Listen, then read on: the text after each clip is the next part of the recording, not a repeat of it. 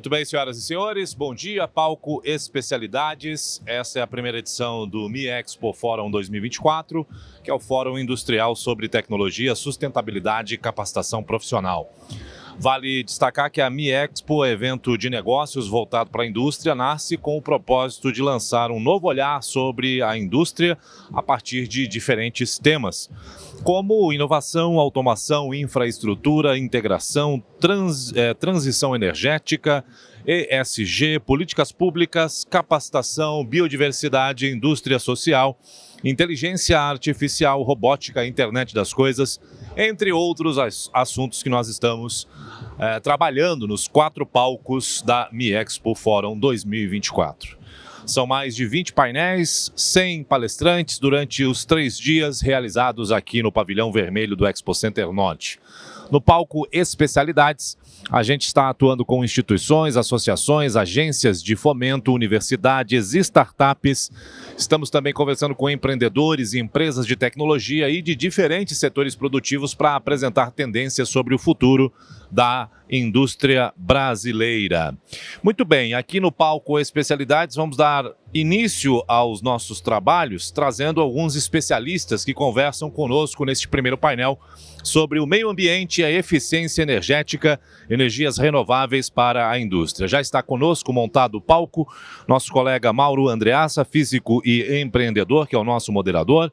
Também com a gente o Atair Silva Júnior, gestão empresarial e energia renovável, e também o Edmir Max, que é especialista em sustentabilidade ambiental e eficiência energética. O papo começa agora. Bom dia, Mauro, fica à vontade. Muito obrigado. Obrigado a todos que estão aqui presencialmente, obrigado a todos também que estão consumindo esse conhecimento, material gravado, vai estar disponibilizado no YouTube, então agradeço a todos pela atenção. E a gente já começa, falando que vamos contextualizar, existe uma mudança climática acontecendo. E cada vez mais, a gente já sabia disso, mas a cada dia o clima manda sinais fortes para a gente agora está discutindo, caiu na pauta discutir falta de energia elétrica em São Paulo e coisas assim. A gente sabia que o clima estava mudando, mas a gente não sentia isso daí tão fortemente. Agora a gente está sentindo de verdade. E aí eu já começo perguntando para o Atair. O Atair é um profissional da tecnologia da informação e fazendo uma transição importante para a questão energética, para a questão ambiental. Então conta um pouco para a gente, Atair, dessa sua trajetória e o que tem a ver tecnologia da informação, como que a tecnologia da informação pode contribuir para a gente ter um mundo mais sustentável. A gente sempre fala de sustentabilidade, a gente fala do verde, a gente fala de gerenciamento de desperdícios e coisas assim, mas a gente nunca fala de tecnologia da informação na questão ambiental. Faz esse encaixe para a gente, mostra onde que uma coisa conversa com a outra. Bom dia, Mauro, bom dia a todos. Primeiro, sobre a minha trajetória, eu trabalhei como executivo na área de TI, por algumas décadas aí, alguns bons anos, e também no setor de energia. E eu vejo que a tecnologia hoje está totalmente ligada a essas questões de eficiência energética e meio ambiente, principalmente hoje pela demanda. Os grandes processamentos aí em nuvem, inteligência artificial está demandando muita energia e ao mesmo tempo ela precisa também coexistir, ela precisa ajudar a esse processo de geração e também a defender o meio ambiente. Então, hoje eu vejo a tecnologia com grandes soluções sendo desenvolvidas para otimizar os processos de geração de energia, a defesa ambiental e desse lado também, com gerações aí de dados e ferramentas para que os profissionais das áreas aí possam trabalhar e evoluir nessa questão. O que você quer dizer é que quanto mais eu sei, quanto mais dados eu tenho, melhor eu consigo fazer esse gerenciamento. Conta um pouco sobre isso, Atair, é isso? Com certeza. Quanto mais indicadores, quanto mais dados a gente obtém do ambiente né, de geração de energia ou de utilização de energia, o setor vai ter melhores condições de tomar as decisões voltadas à otimização desse ambiente. Então, o dado hoje ele é essencial para que a gente possa tomar a decisão correta e ser mais eficiente. Interessante. Agora, Edmir, conta pra gente. Se nós estamos falando que dados são importantes, e eu tenho uma pequena empresa, tenho uma empresa média, falando do mundo real, né? Nós estamos no MI Expo, nosso foco é a indústria é pequena, é micro, é média, toda indústria tem uma sua pegada, né, ambiental. Como é que a gente traduz a forma abrangente que falou o Altair, de o mundo, a sociedade, os dados, como é que a gente faz a transição, transpor esse imenso mundo que a gente tem que sustentar, tem que ser sustentável, tem que ser verde. Como é que a gente passa isso para o pequeno empresário, aquele cara que tem uma fábrica com 50 empregados? O que ele faz? O pessoal está assistindo a gente, o pessoal está conectado. O que eu faço? Eu tenho uma pequena empresa. Bom, e aí? E eu sei que você tem experiência justamente no micro ambiente, não no macro. Conta pra gente. O que o cara tem que fazer? Dá uma sugestão, recomendação. O que ele faz? Ou não faz nada? Bom, primeiro começando, um bom dia a todos, né? Agradeço aí pela participação nesse evento, o MI Expo, para falar da indústria do futuro. E a indústria do futuro, como você disse, tem que ser sustentável. Né? Não tem como não Mais ser. do que nunca, estamos percebendo que precisa mesmo, exatamente, né? Agora dá para sentir na pele. Não né? pode ser um science denier mais. Não pode. Você tem que estar participando e sendo sustentável. Precisa tomar vacina também? É bom, é bom. Okay. Não é ruim, não. É uma boa ideia. Agora, a sustentabilidade em si é um termo que todo mundo usa, mas nem todo mundo pratica. Tá? É aquele famoso greenwashing. Né? Você fala que eu sou sustentável, mas aí não sei o que quer dizer isso. E sustentabilidade está ligado diretamente a meio ambiente. Tá? E meio ambiente é isso que você está vendo a reação dele agora com relação a tudo aquilo que não foi feito adequadamente no último século, vamos dizer, criando excesso de emissões atmosféricas, criando excesso de consumo de energia, desperdício de resíduos, ou de materiais, na verdade, que acabam virando resíduos. E dentro de um processo industrial, o que você usa? Qualquer matéria-prima que você utilize, ela vai gerar resíduo. Tá? Então, a primeira coisa que um empresário, não importa o porte, se é alto, grande, médio ou baixo, tem que fazer é, primeiro, ver se não está gerando um desperdício muito grande de resíduo. Mas o que é grande? Tá? Qualquer resíduo é grande. Tá? O que importa para hoje é minimizar o desperdício. Tá? Tentar minimizar o desperdício não só em relação a resíduos, mas também em relação à água, em relação à energia, em relação a emissões atmosféricas, que, por sua vez, essa é a mais difícil de você controlar. Você tem só que mitigar, porque é fato, está lá saindo pela chaminé se você está fazendo algum processo térmico ou até um processo de não térmico, mas por exemplo de pintura, que tem um pouco de térmico, mas não tem tanto, tem emissões de compostos orgânicos voláteis, inclusive. Então, o conselho para a indústria, não importa se é uma indústria já efetivada ou se é uma indústria que vai efetivar, é começar desde o seu projeto ou desde o início, mapeando onde estão os seus pontos de desperdício. Tá? Ou seus pontos de geração de impacto direto ao meio ambiente. Esse é o conselho número 1. Eu tenho uma fábrica, tenho uma empresa, tenho um processo, preciso mapear, preciso saber o que eu tenho. Sabe onde você está pisando, o que você está gerando, para que depois você possa trabalhar em cada um dos pontos em minimização. Isso muito aplicado a empresas já em andamento, em brownfield. Tá? Não importa se é uma empresa de grande porte, pequeno ou médio. Agora, para aquelas que vão se instalar, né, um greenfield, uma nova fábrica, poxa, vamos fazer isso desde o processo inicial, que é o processo de licenciamento da empresa. Tá? Se você tiver isso muito bem mapeado, trabalhando junto com o teu pessoal de engenharia de processo ou de engenharia de implantação, com o teu pessoal de marketing, inclusive, com o teu pessoal jurídico, desde o processo de licenciamento para a nova empresa, você já vai começar de uma forma menos impactante para o meio ambiente, porque vai impactar de qualquer forma. mas você vai começar de uma forma menos impactante. Esse é o principal conselho para a nova indústria e para a indústria em andamento. É legal você falar isso porque o impacto é inevitável. Sim. Né? E tem uma coisa que nós, engenheiros, físicos, cientistas da computação, tem uma coisa. Quando a gente resolve um problema, quando a gente elimina um modo de falha, a gente acaba criando outros. A intervenção do homem na natureza, na sociedade, resolve problemas e cria outros. Então, dentro desse impacto inevitável que a gente vai causar, a gente vai minimizar, mas a gente vai acabar causando alguma coisa.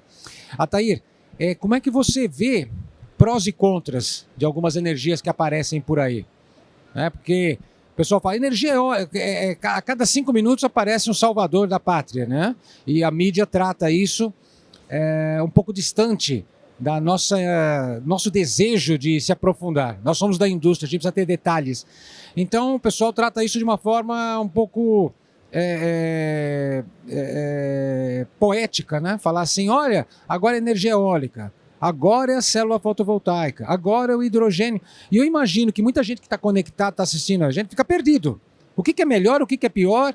O que eu ganho e, ao mesmo tempo, o que eu perco? Quer dizer, qual é que é a sua visão, você que está envolvido agora com fotovoltaico, como é que você enxerga de uma forma equilibrada prós e contras dessas energias? Bom, voltando até um pouco em questão da geração tradicional de energia, né, através de hidrelétricas.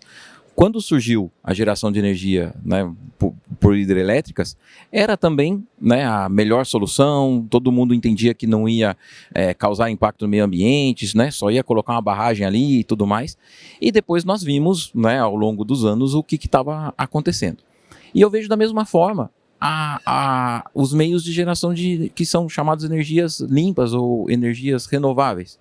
A eólica, por exemplo, nós vemos parques hoje, né, que acabam, muitas pessoas têm falado que elas têm sido influenciadas, né, negativamente pela questão de ruído, questão que está afetando o gado que está no pasto ali em parques eólicos, em questões de estresse e tudo mais, a mudança até mesmo, né, da biologia, principalmente com essa questão de ruído e tudo mais. Então, tudo tem o pró e o contra. A usina fotovoltaica, quando ela é colocada em um solo, você dificilmente aproveita o solo que está sob os painéis fotovoltaicos, por conta até mesmo do calor, né, e tudo mais. Então você acaba perdendo aquele solo. Se você leva a usina fotovoltaica para a água, você também tem maior gasto de materiais. Então eu vejo que tudo hoje, como eu disse, desde a geração tradicional de energia, como a gente aprendeu, até esses meios, esses recursos novos que nós temos, tem que encontrar uma equalização entre o pró e o contra. O que às vezes eu entendo que se aplica num determinado local, pode não ser viável para o outro. Eu conversando mesmo aí com o Edmir pela manhã, um pouco antes daqui, estava falando sobre parque eólico offshore. O impacto para o humano, o impacto para a lavoura, para todos, é menor? Pode ser, mas a gente sabe os custos envolvidos, e aí pode entrar justamente na questão que ele comentou, vai gerar mais resíduos. Então, eu acho que o segredo é encontrar a equação disso. Quer dizer, a gente tem a inteligência artificial de um lado que está contribuindo massivamente com dados, e isso pode ajudar bastante a gente a tomada de decisão. Mas você está falando, precisa pesar prós e contras. Então isso é mais ou menos dizer assim, eu preciso continuar mantendo um pensamento crítico. Com certeza. Em relação a tudo isso. É tão difícil manter esse pensamento crítico que eu perguntaria para o Edmir, como é que você consegue identificar o que é greenwashing mesmo? Porque pode ter até um greenwashing sem maldade, né? Porque o cara pode falar, olha, a nova energia é essa, agora vamos todos caminhar no sentido da energia eólica, e aí tem um impacto enorme, que o Atair estava falando, que manutenção, dificuldade de acesso, segurança, ruído, animais que voam, né? Os pássaros afetados. Então, eu me engajei na energia eólica e caramba, não era bem isso. Agora eu vejo que tem um monte de contras. O que é greenwashing mesmo? Como é que a gente consegue manter o pensamento crítico e identificar o que é greenwashing? Olha, o greenwashing é um termo muito genérico. Né? Por isso. É bem genérico mesmo. Primeiro, ele é difícil de você identificar quem está de fora, claro, porque o foco de você mostrar que você é ambientalmente correto, ou agora como se fala, que não vou falar a moda, a tendência do ESG, que é o ambiental, social e governança, ele vem exatamente para tentar eliminar ou diminuir esse greenwashing, o termo greenwashing das organizações. Tá? Agora, o ESG não é novidade para ninguém. Tá? Ele é uma coisa, algo que vem se falando nos últimos anos, mas todas as empresas já constituídas, elas têm isso já dentro da sua organização, tá? Principalmente as de grande porte. Mas, se você diz que faz, mas não faz, isso é o greenwashing. Tá? Diz que cuida do meio ambiente, mas não cuida do meio ambiente, não quer dizer que você planta a árvore, que você abraça a árvore, que você planta alguma coisa aqui. Mostra que você tem ações voltadas a, primeiro, conhecer o seu processo industrial corretamente, saber o que você está gerando de impactos, tentar eliminar quando possível, se não mitigar os seus impactos. Tá? E em cima disso, impacto se causa também, se fala também sobre o impacto que você causa para aquela sociedade em que você está inserido. Não só o seu cliente que adquire seu produto, mas aquela sociedade onde a tua indústria está inserida. Isso também é o social. Se você toma conta do meio ambiente e toma conta do social, a tendência é que você não pratique o greenwashing. Certo? Daí, para fechar esse círculo todo, existe a parte de governança, que verifica se você realmente está fazendo aquilo que você está fazendo, seja para o lado ambiental ou seja para o lado social. Tá? Então, o greenwashing ele é evitável e pode ser comprovado através do ESG, das suas metas do ESG. Mas aí você citou uma coisa importante, né? Governança. Governança. O que o pessoal está assistindo a gente? Eu quero ter governança na minha empresa. O que ele tem que fazer? Boa sorte. Ele tem um monte de ações, desde plantar árvores, como sei lá o quê, pesar o resíduo, né? E aí ele fala, bom, eu escutei o Edmir falando que precisa de governança. O que é implementar um sistema de governança? Precisa ter sorte, eu entendi, mas uma pequena empresa, uma média empresa, vou ter governança. O que significa ter governança na questão ambiental? Olha, principalmente cumprir as leis, a legislação local. Essa é o principal fator, tá? Cumprir as leis. E essas leis, entende-se que são as leis internas e as externas. Aquelas leis de nível estadual, municipal, federal, e as leis internas, que são aqueles procedimentos que você tem dentro de um processo implementado dentro da tua empresa. Tá?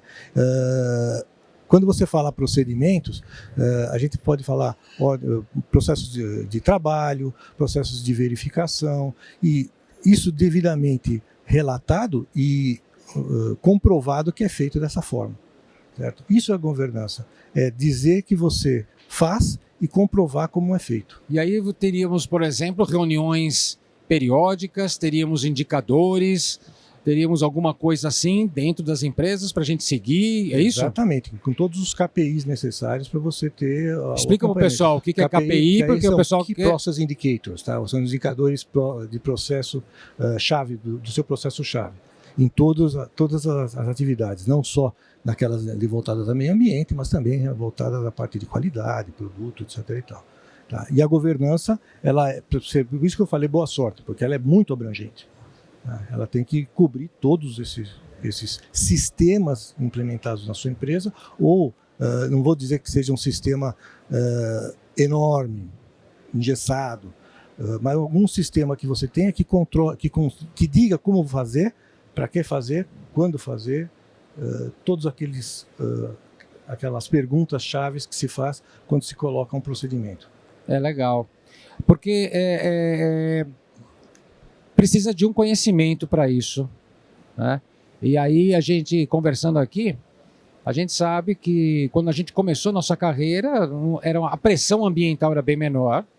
E vocês dois são provas de uma jornada. Você, Edmir, começou como engenheiro eletrônico, aí partiu para o ambiental, se interessou tanto que fez até direito para poder entender tudo isso daí nos detalhes. O Atair também faz uma jornada de tecnologia da informação e hoje está com o ambiental. Então, vocês chegaram a um ponto, não foi fácil chegar onde vocês chegaram.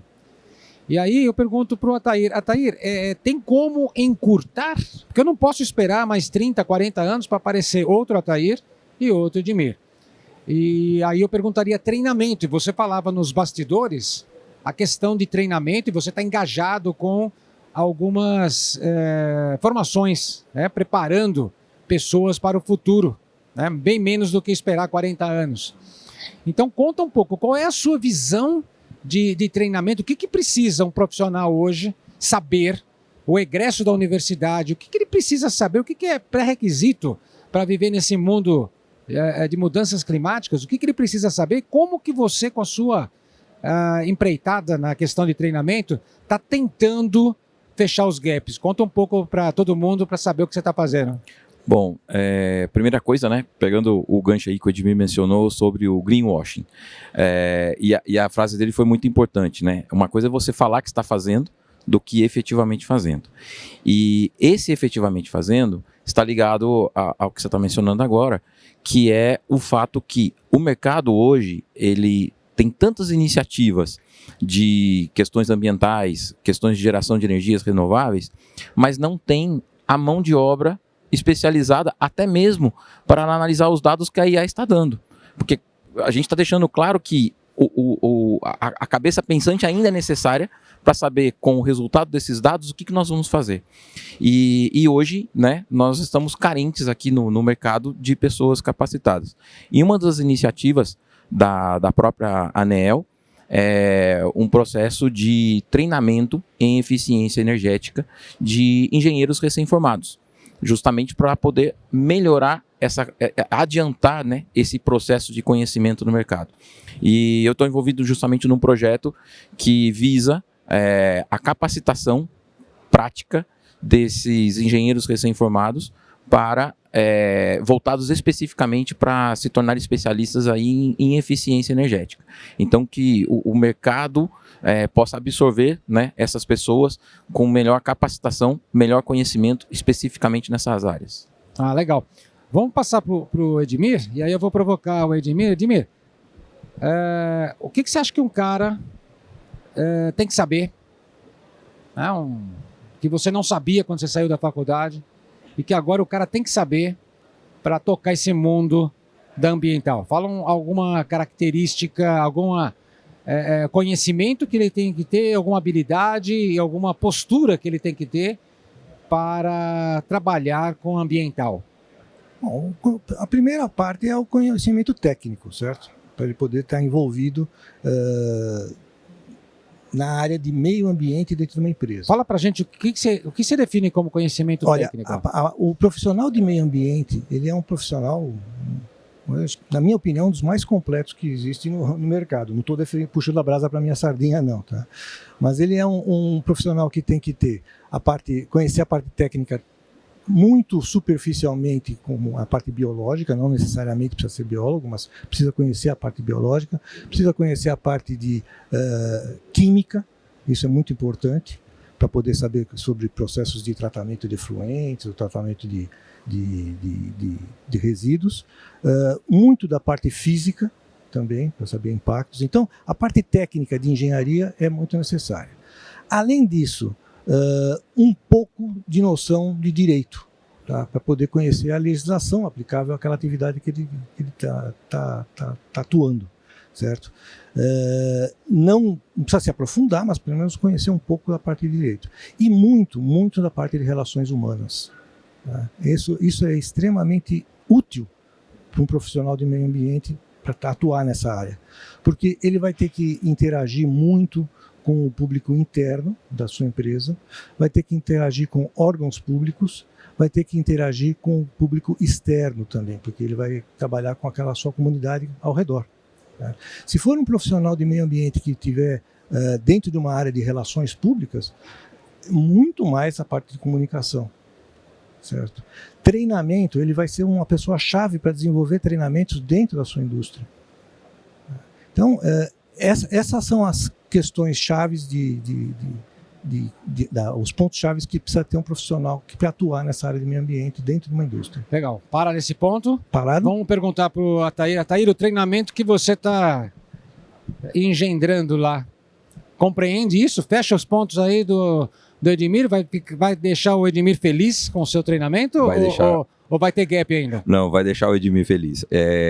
Envolve também essas questões ambientais, porque, na verdade, toda a capacitação, né, relacionada à eficiência energética, no final ela vai deixar o Edmir feliz, porque nós estamos falando de questões não só do consumo de energia em si, mas também ar comprimido, climatização e todas as vertentes que é utilizado na indústria, né, para o trabalho do dia a dia. Então, envolve todas as áreas, todo o processo produtivo, mas também administrativo e também a governança também de tudo isso. E conta um pouco para a gente, Ataíra, a questão da medição, porque engenheiros gostam de medir. Se a gente não mede, a gente é como se não existisse. Então, isso é uma parte fundamental, que até o Edmir estava mencionando. Eu preciso mapear os meus processos, saber quanto eu consumo e tudo mais. E você falava também, em off, a questão da medição. Como é que o curso que vocês estão preparando as pessoas compreende isso? Como é que vai ensinar o engenheiro, ou mais aberto do que o engenheiro, a conseguir medir, saber quanto que está perdendo de energia e tudo mais? Bom, o curso envolve a entrega de kits com instrumentos para as universidades que estão fazendo parte do projeto. E esses kits compreendem, né, a parte prática justamente de todos esses pontos que eu mencionei.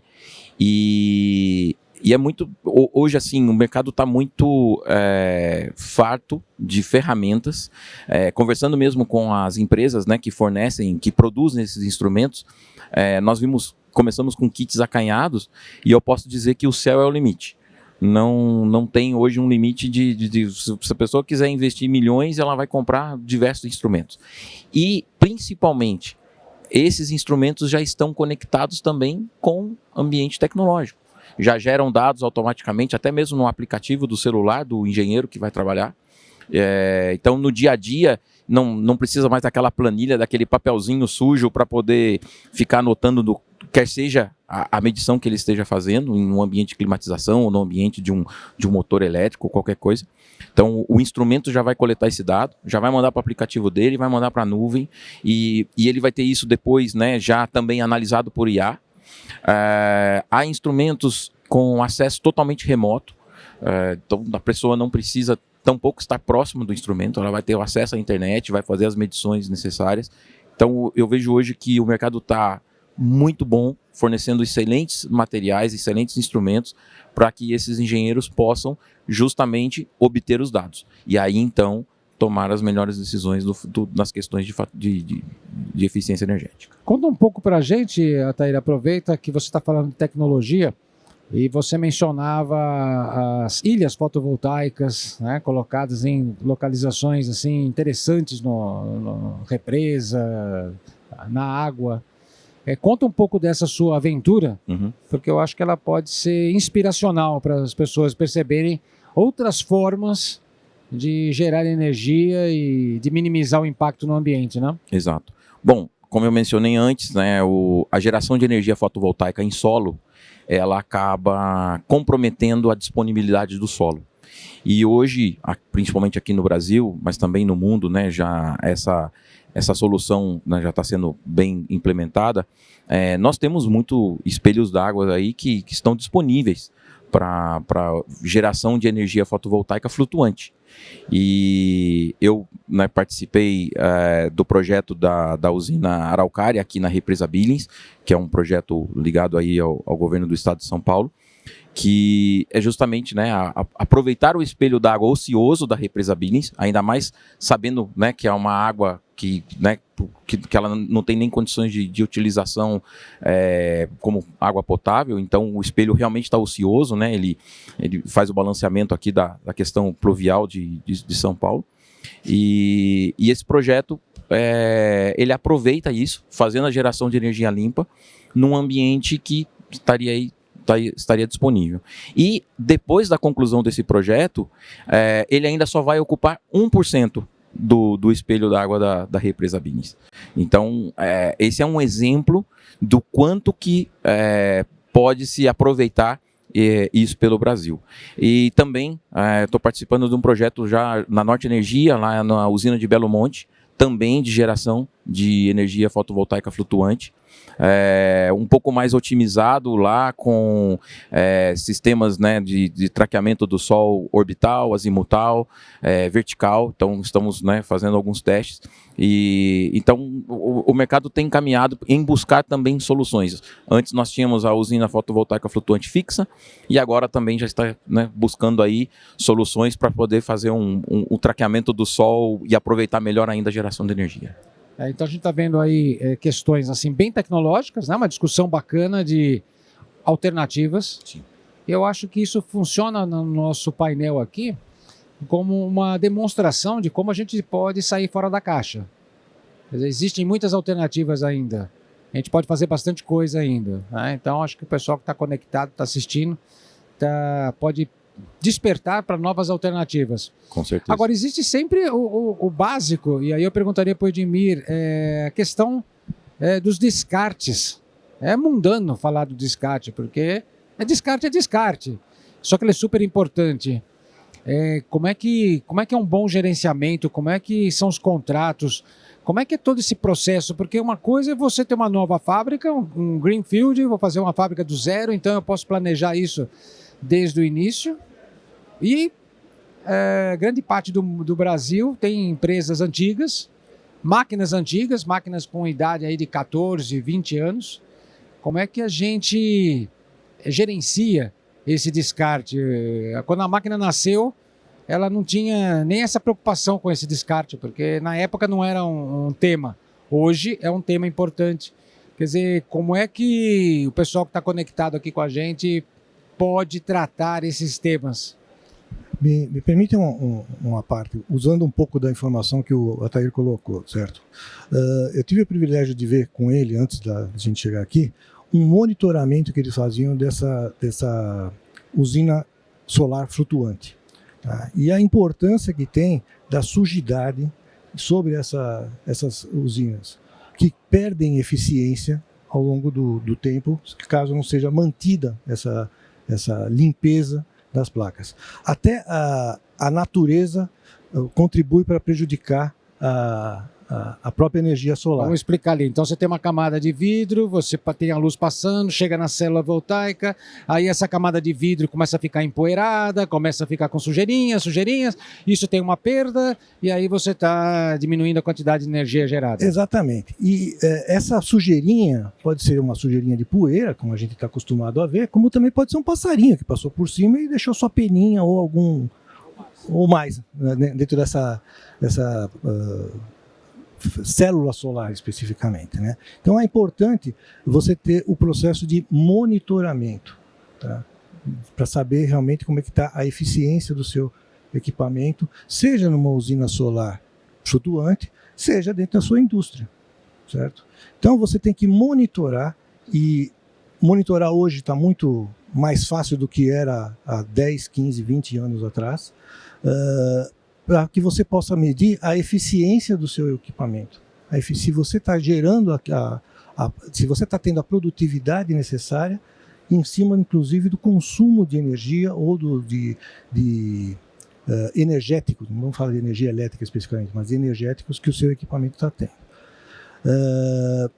Aí a importância de medir e poder identificar ter o dado para poder identificar a eficiência do seu equipamento, inclusive eficiência energética. Saber se, inclusive, esse equipamento ele já não cumpre o mínimo necessário perto de outros equipamentos novos que existem no mercado. Então, será que isso já não é o suficiente para você poder substituir o seu equipamento? Ele já não está pago? Tá? Ele já não rendeu e não tem como você aumentar mais? Então, métodos para você fazer esse monitoramento foi muito discutido, inclusive num fórum ontem, sobre o Internet das Coisas, o IoT, né, que eles chamam, que existem hoje métodos muito mais baratos e práticos para que você consiga monitorar online e, inclusive, mandar esses dados para uma inteligência artificial para que ela possa dizer está na hora de trocar, ou tenta melhorar, tenta fazer isso de uma outra forma. Daí vai a canibalização que você falou, né, que como é que se fala? A superação de tempo daquele equipamento que está funcionando. E aí você tem que fazer o descarte. E o descarte tem que ser de uma forma adequada que menos prejudique o meio ambiente, porque vai prejudicar. Tá? De uma forma ou de outra, você está impactando o meio ambiente, mas você tem que fazer de uma forma adequada, tirando todos os contaminantes de solo que você tem do equipamento, reaproveitando as partes que são recicláveis. E quando você não tem a possibilidade de reciclar, aí dá um destino adequado, como incineração, como processamento, ou outro destino adequado para aquele tipo de resíduo gerado. O mesmo se aplica para o resíduo do processo industrial. Tá? Você não pode descartar no meio ambiente nada que seja extremamente poluidor e causador de impactos ambientais que te gere no futuro um passivo ambiental. Tá? E o que é um passivo ambiental? É aquilo que você vai se lembrar o dia que você não estiver mais funcionando na sua empresa. Certo? Olha, existiu alguma coisa no passado que foi descartada aqui e que não era o lugar adequado. Então aí você tem que ir lá, recolher, dar destino e olha, posso garantir que passivo ambiental não é algo que você se orgulhe de ter, tá? Porque é alguma coisa que você vai ver para o resto da sua vida, vai te custar caro no final e tem que fazer parte do teu processo, não tem jeito. Então, quanto mais você conseguir evitar o passivo ambiental e dar um destino adequado para todo aquele resíduo gerado no teu processo, seja na implantação, seja na utilização de equipamentos, seja no teu processo industrial, melhor para todos. Legal que você falou do fim do ciclo, né? Quer dizer, o passivo. Fala um pouquinho para a gente, porque no início da sua fala, logo que nós começamos aqui, você falou da licença ambiental. E eu sei que licença ambiental pode ser uma imensa dor de cabeça obter essa licença ambiental, a dificuldade. Conta um pouco a sua visão de licença ambiental e também uma visão prática, né? Eu estou em uma empresa, vou começar, conseguir um espaço, vou fazer uma fábrica nova. Como é que é a licença ambiental, para o pessoal já aprender com você? Se não é uma pessoa que não está envolvida na área ambiental, realmente ele não tem uma visão completa do impacto que é fazer uma licença ambiental. Primeiro, não é algo rápido. Tá? É no mínimo 18 meses, certo? Para você ter, desde a hora que você achou o lugar, definiu o lugar, criou uma licença que tem 3 etapas básicas, é uma licença parcial, uma licença de implantação ou de instalação e uma licença de funcionamento. Para cada etapa, você tem que ter um processo onde você vai mapear todo o teu processo industrial, vai dizer o que você gera de resíduo, quantidade de água que você usa, da onde você tira essa água, da onde você utiliza pega a sua matéria-prima para gerar e da onde você vai tirar energia para isso. Certo? E uma vez colocado isso e submetido aos órgãos ambientais, eles vão avaliar, e avaliam mesmo, não tem julgo fácil, eles avaliam mesmo, não importa se é um órgão municipal, estadual ou federal, eles fazem uma avaliação completa, e isso, antes de eles te darem a licença, eles vão te mostrar quais são as suas demandas, aquilo que você vai te colocar como compromisso de que você vai cumprir para poder operar ou instalar uma indústria naquele local, certo? Como eu disse, demora cerca de 18 meses uma licença completa, tá? Para uma implantação nova. Uma renovação é no mínimo uns 6 meses, tá? E uma licença normalmente ela demora, tem órgãos que dão uma licença de 5 anos, outros que dão de 2 anos, dependendo do impacto que a sua empresa está classificada dentro do processo do órgão ambiental regional. E aí que a gente bate de frente com o pessoal, com o dono da empresa.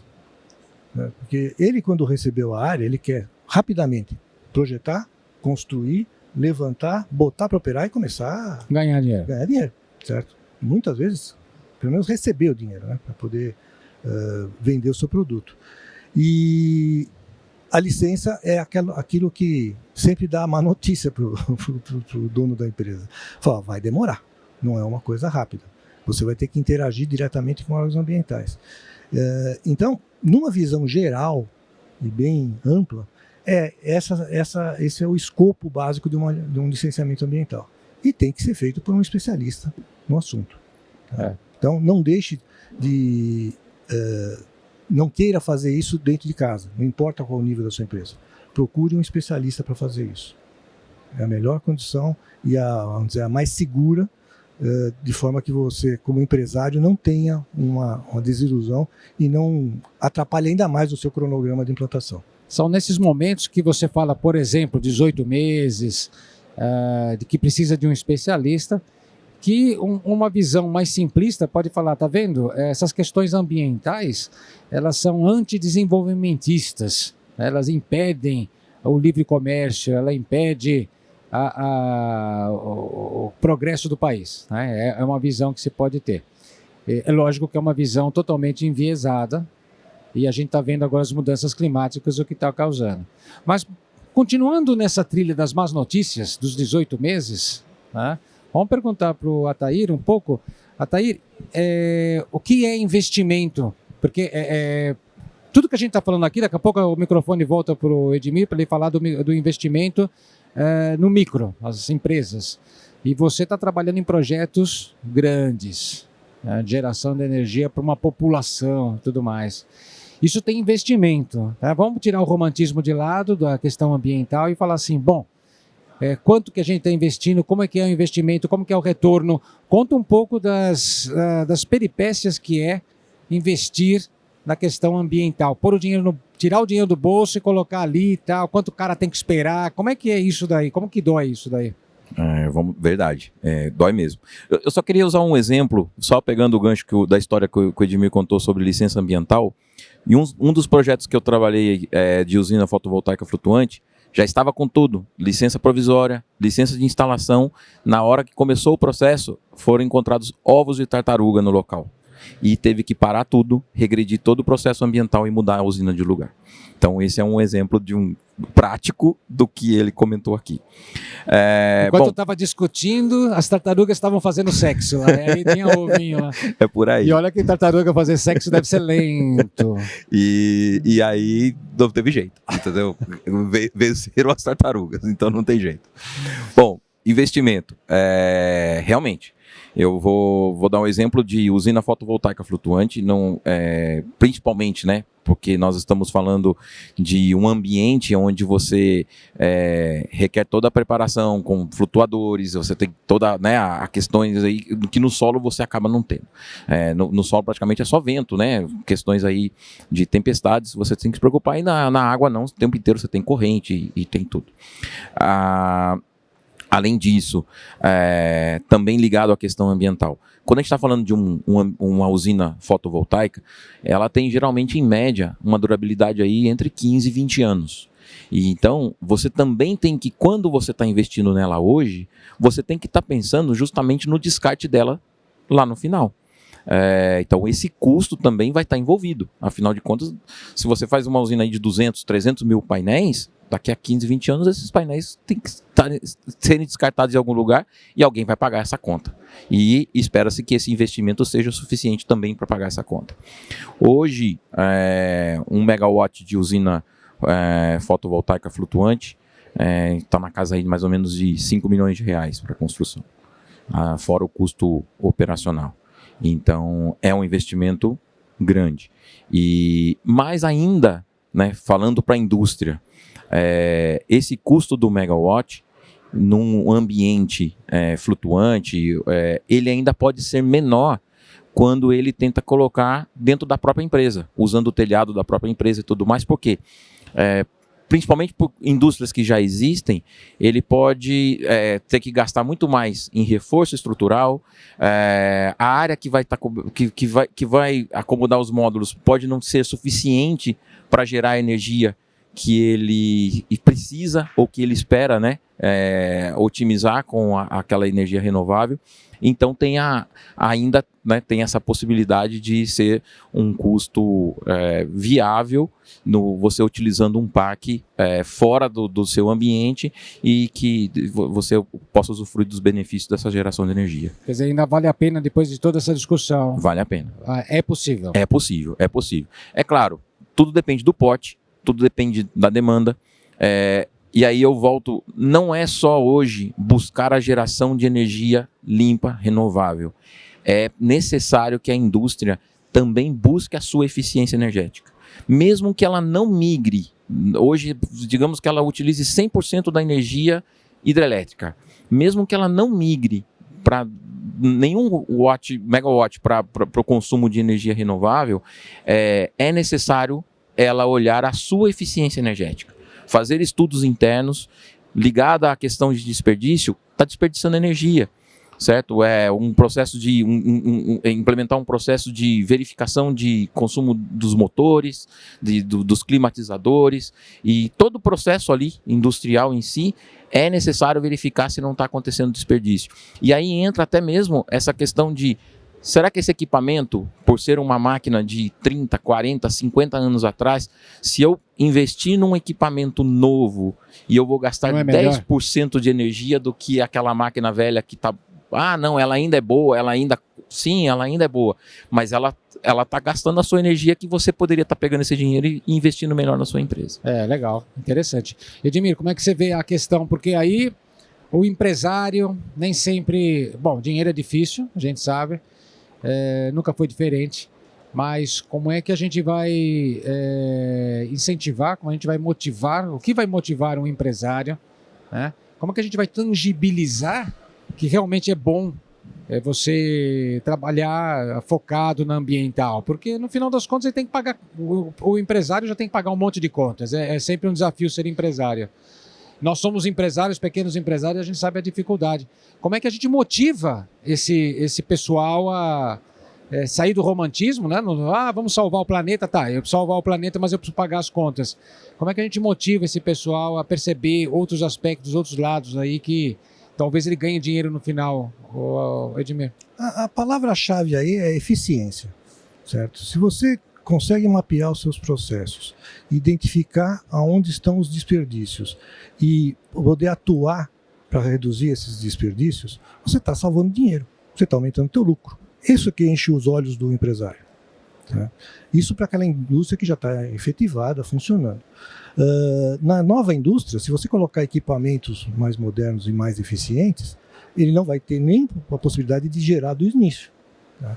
E para isso ele tem que fazer um licenciamento bom, adequado, bem planejado, junto com a sua área de engenharia e de implantação, para que não consiga pôr novos equipamentos que não atendem àquilo que você quer. Não somente produção, mas redução de desperdícios. Tá? E mesmo assim, se você tem um processo implementado, você tem certeza que está gastando menos, mas vai gerar um resíduo, principalmente em novos processos, em novos produtos, certo? Produto novo requer um investimento novo, um equipamento novo, matérias-primas novas e um resíduo novo, certo? Esse resíduo novo, você vai fazer o que com ele? Não espere milagres, tá? Não existe milagre. Na indústria, principalmente, não existe milagre. Existe fato. Aquilo que você mediu, aquilo que você gerou, você vai ter que dar um destino. E existe muito empresário aí do outro lado que adora fazer equipamento para dar destino final de resíduo, certo? Outro business. Outro business, certo? Não deixa de ser um empresário. Eu já vi casos de oxidadores para reduzir seu resíduo na proporção de 10:1, onde um empresário ficou com seus olhos muito... foi muito convidativo, isso foi muito bem vendido. Era um processo inovador, onde no mundo não se usa muito isso, e o empresário investiu comprando um equipamento, o primeiro equipamento, ele colocou como sendo um grande investimento para fazer a redução do volume de resíduos, e eu vi ele instalado, esse equipamento instalado há 3 anos e não consegue funcionar até hoje, certo? Como sendo uma inovação.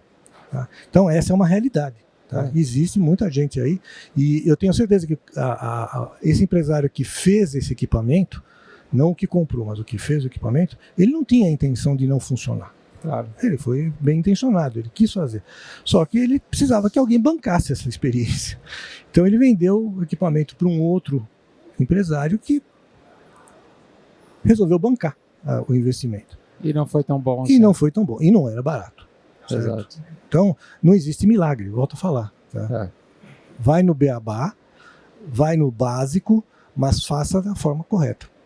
É isso que eu Vamos caminhar para o final, e eu perguntaria primeiro para o Atair. Atair, qual que é o futuro da gestão de energias renováveis? O que você vê para o futuro? Porque tudo isso que a gente está discutindo parece tão futuro, mas não, é atual. É hoje. Então, fica difícil de imaginar o que é o futuro, como você vê o futuro das tecnologias em prol da energia. Bom, eu vejo esse futuro hoje, né, e diria que é necessário já começar a ver isso hoje, mas utilizarmos de tudo que temos disponível de geração de dados, de capacitação das pessoas e conhecimento das oportunidades em relação às eficiências energéticas. Eu vejo que esse é o futuro. Cada dia mais nos aprofundarmos e aí não é só o empresário, não é só o engenheiro elétrico ou o engenheiro mecânico. São todos que estão envolvidos com os processos industriais. Todo funcionário, todas as pessoas que acabam fazendo parte da cadeia, né, de suprimentos e tudo mais, sempre estarem olhando e utilizando os dados, utilizando a tecnologia, buscando a informação e a capacitação. Como você mencionou, eu sou um exemplo que fiz a transição, né, da indústria para a energia. Achava que era uma coisa impossível, e não é. Se eu conseguir, todo mundo consegue. Então, sabe, se envolvam, tomem conhecimento. Eu acho que essa é a grande... O futuro é estarmos cientes de todas as oportunidades que podemos aproveitar. Legal, e você já falou o futuro da indústria de energia e tal. Agora, para finalizar, Edmir, qual que é o futuro das pessoas? Né? Porque os profissionais, seja independente da formação que ele tem básica, ele vai ter que se preparar para esse novo ambiente. O Atair falou que é fácil, se ele conseguiu, todo mundo consegue. Então, você conta um pouco para a gente o que precisa para alguém que está escutando a gente, está assistindo a gente, falou, caramba, eu nunca me aprofundei, nunca procurei nada, nunca li nada sobre isso, me formei faz 5 anos, não tive nada sobre esse assunto. O que faz esse pessoal aí? Qual é a dica para esse pessoal aí? O principal, acho que, do futuro das pessoas é não se acomodar. Todos têm que continuar procurando, continuar visitando fóruns como esse, que eu acho que é importante ter uma plateia e ter alguém escutando isso, seja ao vivo, seja através da transmissão direta, é não se acomodar. E sempre estar ligado naquilo que pode prejudicar a presença do ser humano dentro desse planeta, dessa casa que a gente está vivendo aqui, que chama planeta Terra. Não acreditar nos achismos, e sempre buscar bases concretas, bases científicas, bases boas, baseado em números, baseado em fatos, baseado em conhecimento. Tá? E eu acho que esse é o futuro do ser humano, seja fora ou dentro da indústria. Isso é muito bacana, a gente termina assim o nosso painel. Agradeço enormemente vocês, o tempo, a generosidade de vocês estarem aqui. E vários painéis que a gente assistiu aqui, debates, eles começam sempre falando das altas tecnologias, mas eles sempre terminam falando do ser humano. E quando a gente termina falando no ser humano, a gente sabe que o debate deu certo, a conversa chegou onde que tinha que culminar mesmo, né? O ser humano continua sendo o principal foco de todas as nossas atenções. Muito obrigado, pessoal. Obrigado a todos vocês que estavam conectados e obrigado a todos que vão digerir essa informação no YouTube. Obrigado, pessoal.